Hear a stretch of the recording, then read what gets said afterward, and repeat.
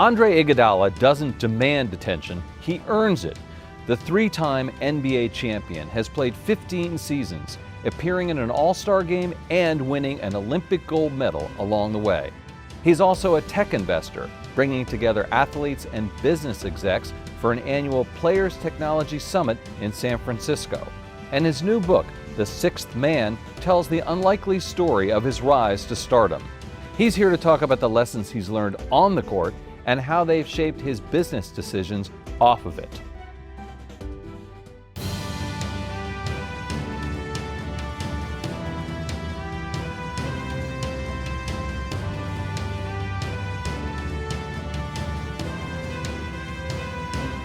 Hello everyone, I'm Andy Serwer. Welcome to Influencers and welcome to our guest Andre Iguodala, star basketball player for the Golden State Warriors. Andre, great to see you. Thanks for having me. So, not too long since you guys lost the championship to the Toronto Raptors.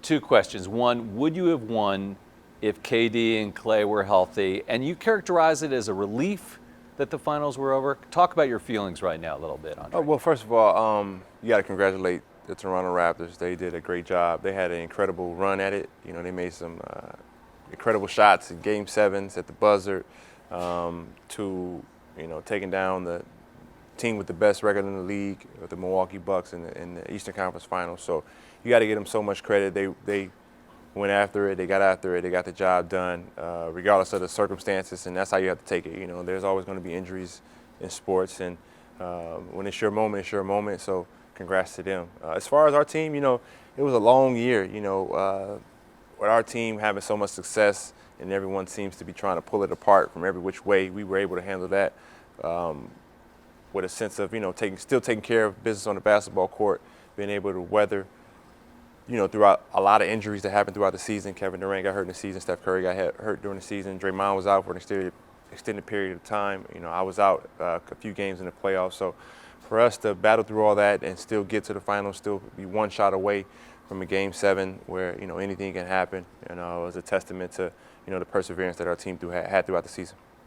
You have moved to the Bay Area full time, and there's so much going on there in terms of business, particularly tech, Silicon Valley, and all that. What's that like for a player to be in that environment? Well, I've been able to embrace it. Interestingly enough, before I got there, I was really into tech. That came from me wanting to learn more about investing in the public markets, and I was able to take a little bit of my own, you know, money that I could risk into equity markets, and I was able to use E-Trade. And I wanted to know what it felt like to, you know, invest my own money, where I took losses, where I made gains, how I can learn from the whole experience, day to day, tracking everything, understanding the markets. It was kind of like a crash course, doing it your own, you know, without proper schooling. So I was able to surround myself with the right people to give me the right advice. And I found myself investing in a lot of tech companies. So I was into the space even before. So once I got to the Bay Area, I was able to, you know, kind of immerse myself into what it's known for, Silicon Valley, and, you know, tech startups and private markets, which is something that I hadn't had access or even heard about much. And the last 5 years have been a great ride of knowledge and experience, and been able to do a lot of great things actually in the private markets. You know, different rounds of investing and valuations, and, you know, the risk in a startup versus the risk in, you know, the last round before IPO, and actually taking that knowledge and giving it to not just NBA players, but all athletes in different sports. Yeah, you have this Players Technology Summit that you do with Kevin Durant. Talk to us a little bit about what that entails and what you're trying to accomplish there. Yeah, well, this is the third annual year of the Players Technology Summit, and the first year Steph Curry was involved heavily within it. Last year Kevin Durant was involved with it, but it's something my business partner and myself, Rudy Klein Thomas, we put on this annual event. This year we pushed it up to include the NFL, because most of the time, previously it was around training camp, so a lot of the football players weren't able to be involved. But this year we got the majority of the sports from all walks. You know, we had Olympic swimmers, we had a rugby league, lacrosse league actually, WNBA players, some retired NFL players, but this year we're going to have active NFL players, and this is a great networking space for athletes to get involved with consumer companies, software enterprise company. Software as a service is huge space right now, especially if you look at the markets. Companies like PagerDuty, companies like Zoom. You look at Salesforce. Salesforce is doing some huge things. So all these companies that I've been able to connect with, I'm bringing my fellow athletes in, getting them to understand each market, how they work, and then how you grow a company from start to finish, and how that whole process works, how you can invest in the different levels, and just sharing the wealth of knowledge that I've been able to attain over that time that I've been with the Golden State Warriors. So it's actually athletes and executives from tech companies and VCs are all kind of getting together, and there's some talk about investing, maybe relationships, commercial relationships, those kinds of things as well? Yeah, all walks of life, whether it be from anywhere from start to finish, with the process of vetting a company, understanding the company, tracking its valuations and how companies can grow. Talking to various CEOs. We have the top VC investor, and Bill Gurley will be this year, and then he's tall enough to. Did he play basketball? He might be taller than me, He's actually. a tall guy. Bill might be taller than me, right. But then we also have someone like Jeff Jordan, who's I'm like one of his biggest fans as far as what he's been able to do.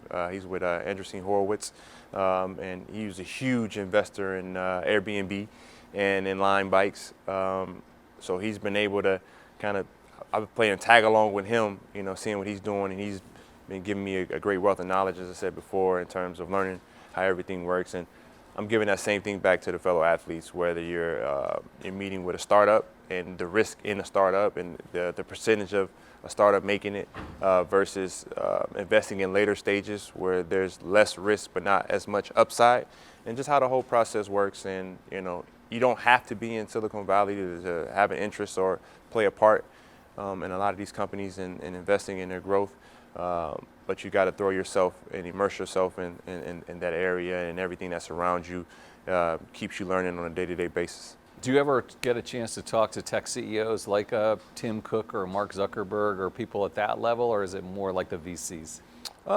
Yeah, I run into a lot of CEOs as well. I've run into Tim Cook a few times. I've done a few fireside chats. I was just at Levi's not too long ago. We did a fireside chat there. Mark Benioff, I've been able to have great conversations with him. I've been in a few summits. They call it Silicon Slopes.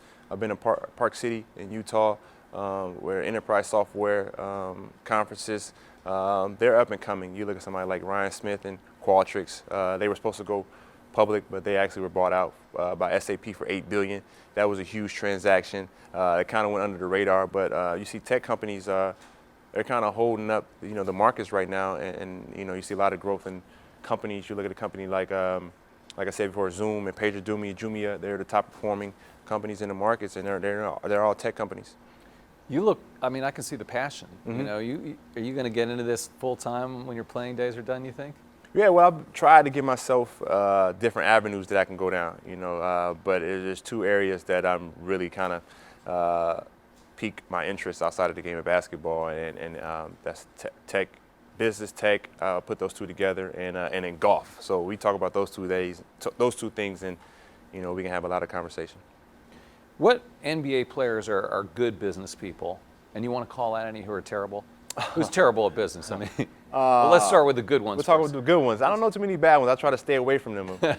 But you have a lot of players who are business savvy. You look at LeBron James, you have to name him. The things he's been able to do with his brand and to scale into other areas. He's got content, he's got movies, he's got a school. His philanthropic endeavors are amazing. He's making a real impact, in the business world and in giving back. And then you got some other guys who are kind of under the radar but doing some big things. You look at David West, former teammate of mine. He's doing some really big things in the biotech space and renewable energy in Africa. He's doing some great things. There was this article just came out about Luol Deng in the real estate sector and the what he's been able to amass and take his wealth and put it into real estate, especially in the opportunity zones and the tax exemptions you're able to get in that space. So there are a lot of NBA guys. Steph Curry's doing a great job. Kevin Durant's doing a great job. Draymond Green's under the radar. He's doing some great things as well. So a lot of my teammates are, really into the business space, and they're taking their passions and the things that they enjoy and turning that into business opportunities. Now, some people are hating on the Warriors a little bit because of this whole Silicon Valley thing, because they're so successful. People think that the team and maybe the fans are kind of smug, and you've got all those front row Silicon Valley people sitting there. Do you hear any of that? Oh, we see it a lot. We hear it a lot.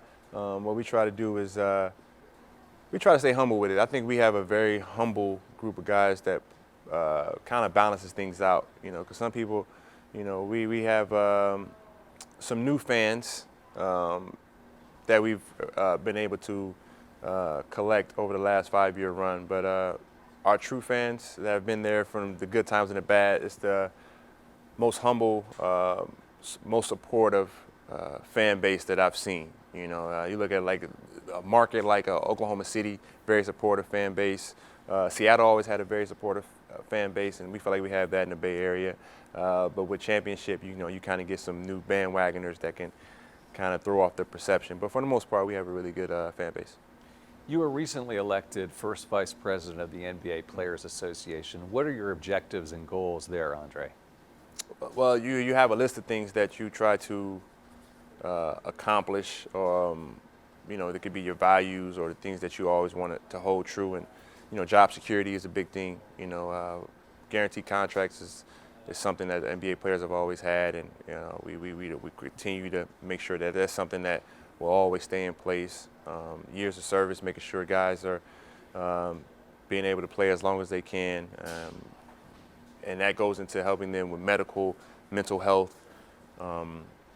helping them keep their wealth and making it last as long as possible. Just taking care of the athlete and helping them transition from playing days to retirement and everything that goes in between, from the collective bargaining to being able to transition in trade situations, learning as much as on the court, off the court as well as on the court, with business endeavors, protecting them, helping them with family issues and situations. So just making sure that the athlete's in the best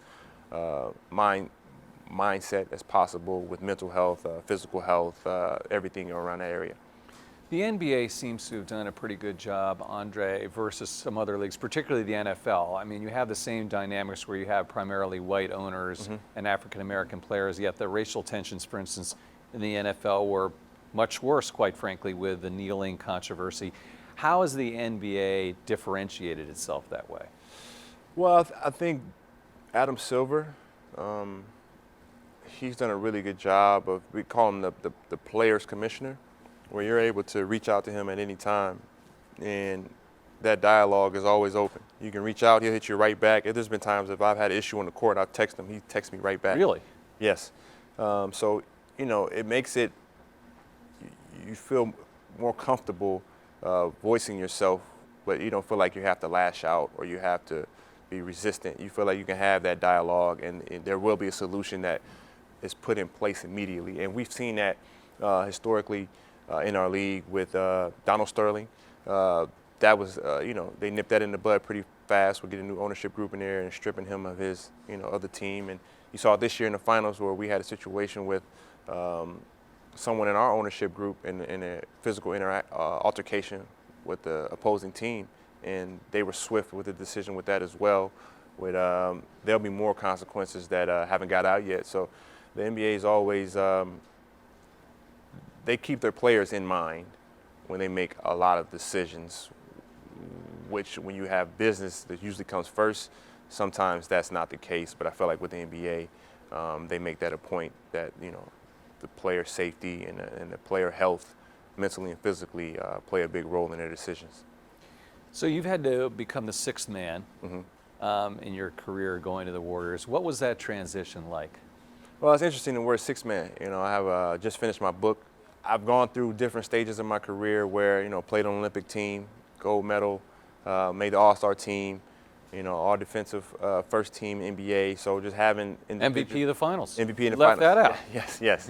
So just having individual success, and then the stigma that goes behind coming off the bench or being a role player, something that isn't sexy or isn't sought out by kids. You know, they always want to be the superstar. So just being able to embrace that role of coming off the bench, helping the team by any means necessary, meaning making an extra pass or setting a screen or, you know, the things that go unnoticed, but make the company run. And I'm just kind of shedding light on, you know, you still play an important part, even though you may not be the main part. You know, a car just can't work with the engine. You know, the axles have to be working. You know, steering wheel has to work. All the gears have to be going in order. And you know, one thing can turn the whole thing off its track. So for me, it was just doing the little things right to help our team win.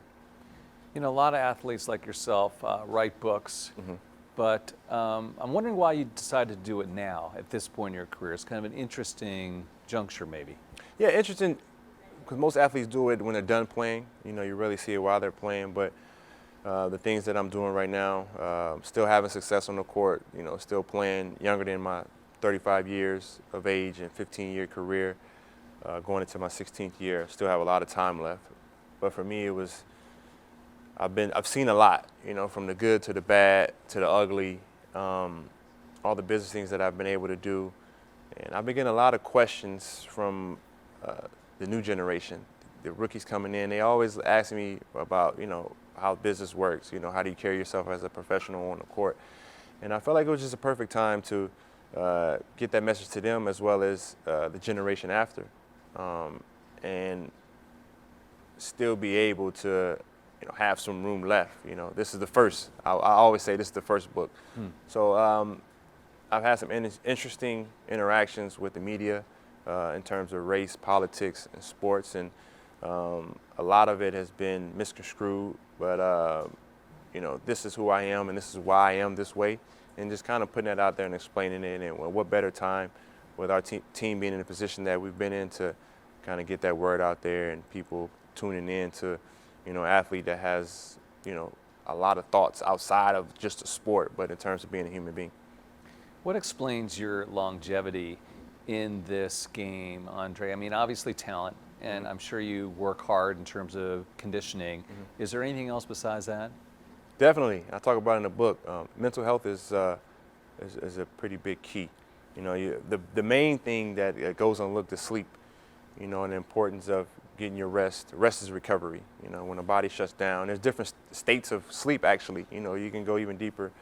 And for the body to recover and for you to be in the right state of mind to perform at their optimal levels, sleep is important. And once you learn that, you go deeper and deeper, and it turns into my diet, you know, eating the right things and understand what I put in my body weighs a lot into the performance as well. And then it goes into your mind state. When I start doing yoga, start meditating, all those things, I start seeing a lot of success around me when, you know, everything else was in line as far as, you know, the state of my body. So, you know, I give that message to a lot of my teammates. You know, I'm always inviting them to come do yoga with me.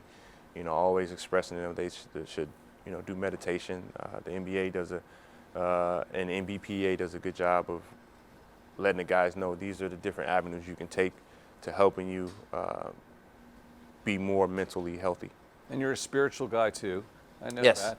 Yes. And you seem calm, but you know, don't you have to sort of turn on a switch when you're on the court, or how do you balance that out? Are you sort of on off, or are you sort of always the same level?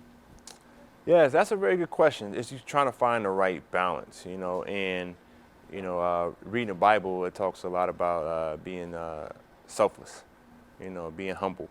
And that's something like I still struggle to this day, you know, things I'm trying to balance out is, you know, you want to think less of yourself, but in order to perform as an athlete at a high level, you have to have confidence in yourself. So there's like you have to have an ego and trying to figure out the right balance of, you know, it's not me that's having success, it's a higher power that's enabling me to be here. But when you're out there, you know, someone's competing against you as hard as they can, and it's like you're almost at war in a sense, and you have to fight back, and you have to almost feel like you're in a war. So that's a war within yourself, is trying to figure out that balance. So just reading the right things. The Bible always says use your talents and maximize those talents as well. So knowing the space you're in, and knowing when to have the ego and when to pull it back, the same as being a sixth man versus being a starter. Trying to have the right perspective on life. And different people can be different. I mean, Draymond, you're going to tell Draymond Green to change his personality, or do you? Exactly. So I don't tell Draymond to change. You know, it's something we've always expressed to him. Is like, be you, but be you and be able to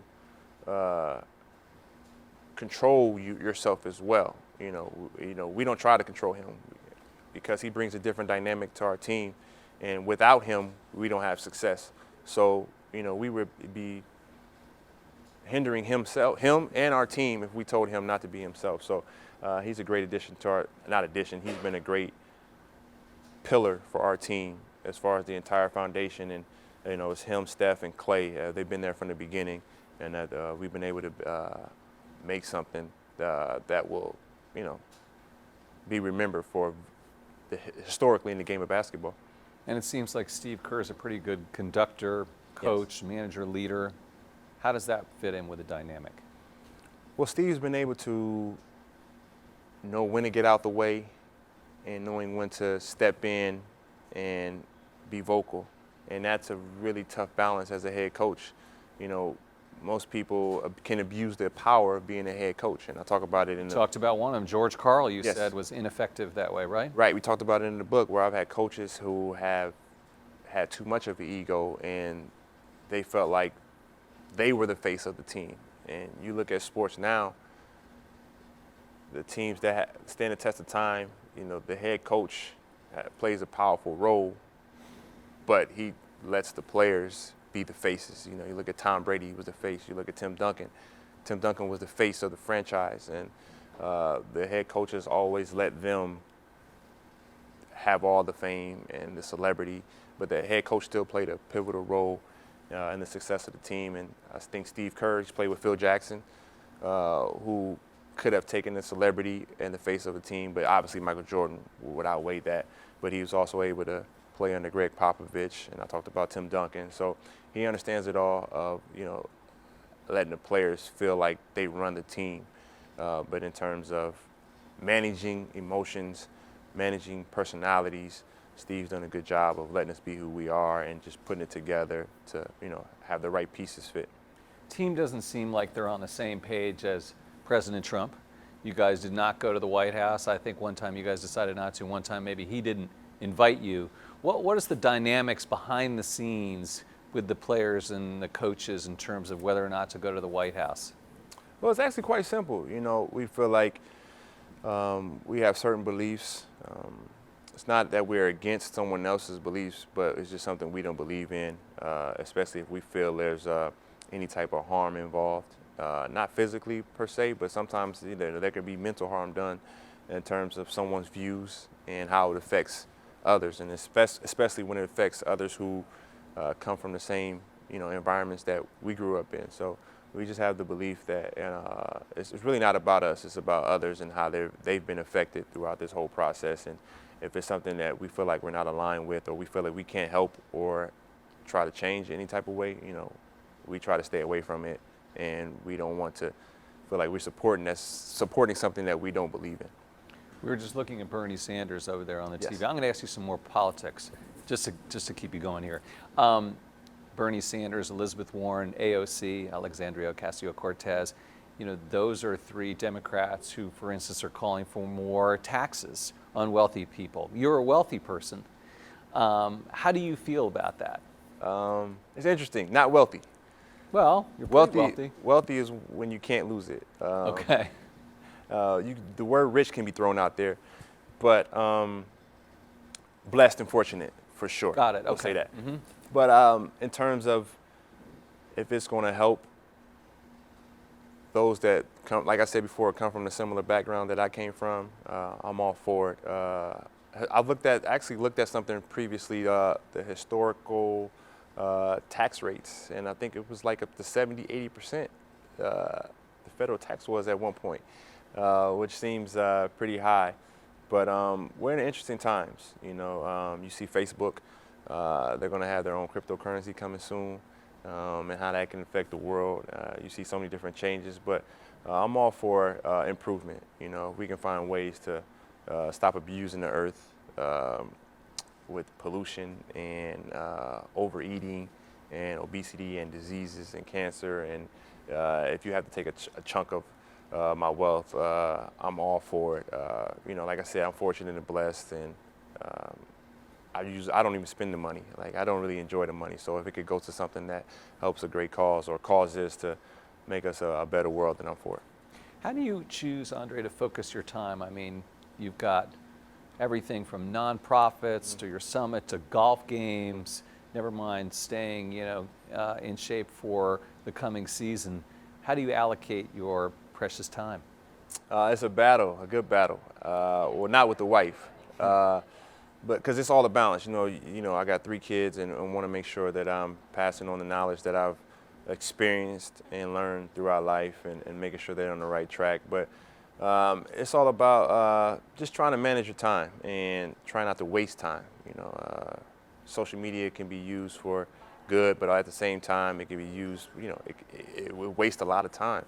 So you have to be mindful, and you talk about being mindful, that's yoga and that's meditation. So being time to sit back, being present, and just enjoying everything. So I got a great team, from publicists to business partners to agents, and I just try to surround my people who can enhance every part of my life, and I'm in tune with what's going on. I'm getting all the information in the different sectors that I like to be kept up to date on, and we just try to be better each day. You mentioned Facebook and social media. Are these tech companies too big? Do they need to be broken up, do you think? Well, that's a good question. I've been reading about it a lot lately. You know, you talk about the Department of Justice, and then you talk about the Federal Trade Commission, and they're coming down on Google, coming down on Apple, they're coming down on Facebook, and are they too powerful? And if you try to limit them, then you can limit innovation, and that's how these companies came apart. You know, there was a ruling on Microsoft, and Microsoft says that's the reason why they haven't been able to grow as well as they would like to have grown, or some could say it was the company. So there's a lot of middle ground there. There's the App Store with Apple, and they take 30% of everything. And what's the proper way to go and rule correctly on that? And it all went back to the Brick versus Illinois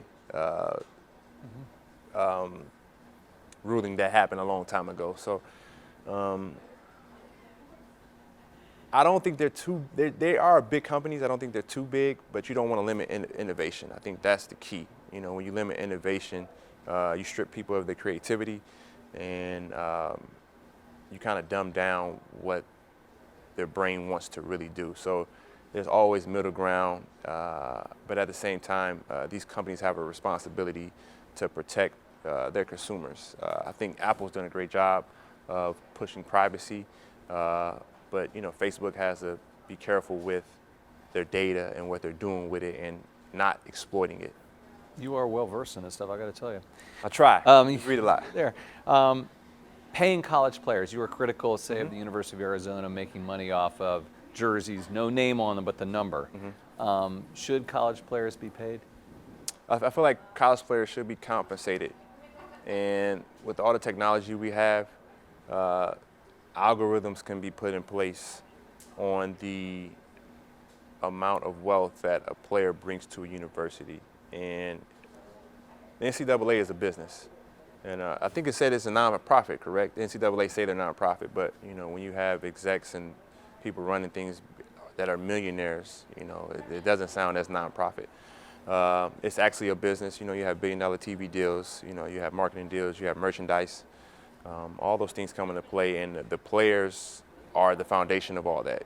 Without the players, you aren't able to do any of these things. So whether it be setting up accounts for players to have when they're done playing, because they're still 18, 19, 20-year-olds that, that amount of money can play a large effect on who they become as a person and how they abuse that money, because they're not ready for it. But if you can put different things in place where they can profit off their likeness, which any human being should be able to do. You know, you have 10, 11-year-olds that have millions of followers on YouTube making millions. You know, it's similar.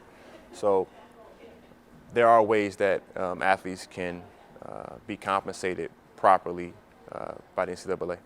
Let's do a lightning round. What changes would you recommend to someone who's struggling with their life and career in terms of challenges? Challenges. They should embrace challenges. Some have said that, you know, the bigger the game, the better I play. I just try to put my mind in stressful situations and just look at it as a battle. And, you know, battles make for perseverance. Battles make for you overcoming fears. And you have more success the harder the battle is, or you feel better when you get out of that battle. And now you're looking for the next challenge. So for me, it's just embracing it all, being present, being mindful of what's going on, and understanding, you know, our journeys are our journeys, and obstacles are put in front of us to, you know, make us better on the other side. What was your biggest challenge, and how did you overcome it?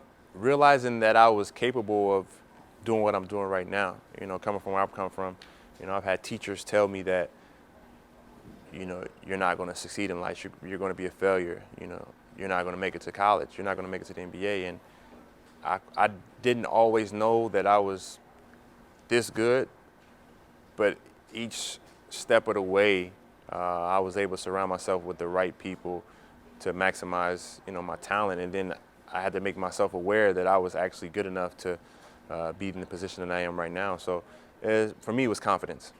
Who inspired you the most, and what kind of person should others look for to be inspired from? I think you should be inspired by people that make a difference or have a presence about themselves. And my grandmother had a presence in terms of people always gravitating towards her. She was a foster parent. She adopted kids, so it was always 15, 20 people around. And I grew up around my grandmother.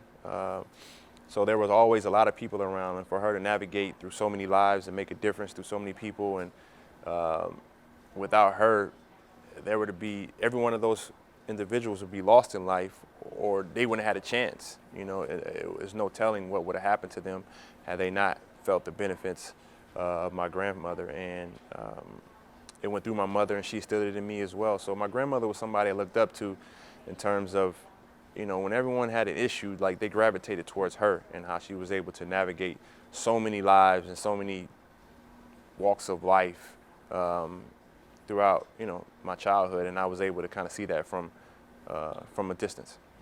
Andre, this show is called The Influencers, so I want to ask you how you see using your influence on the world. Well, you look at social media, and I always say you have to be careful with social media. You know, especially when you can waste a lot of time there, but you can also use it for good in terms of being an influencer and understanding what it means. And you want to be an influencer for good. So whatever message that I'm giving, there's an intent with it. You know, I want it to be impactful and not last, you know, a day or two, but, you know, have a generational type impact, whether it be talking about mental health or talking about how to overcome challenges, doing yoga, you know, the way I eat, being a 35-year-old athlete, playing 15 plus years. And it's not, you don't just apply that to athletics. You can apply it to any business that you go into, and just being present in time. And also, it's not about you. And how, when you realize it's not just about you and the impact you have with people that you encounter every single day, it has a longer lasting effect than just making something about yourself. All right. Andre Iguodala of the Golden State Warriors, thank you so much for joining us today. Thank you. I'm Andy Serwer. You've been watching Influencers. We'll see you next time.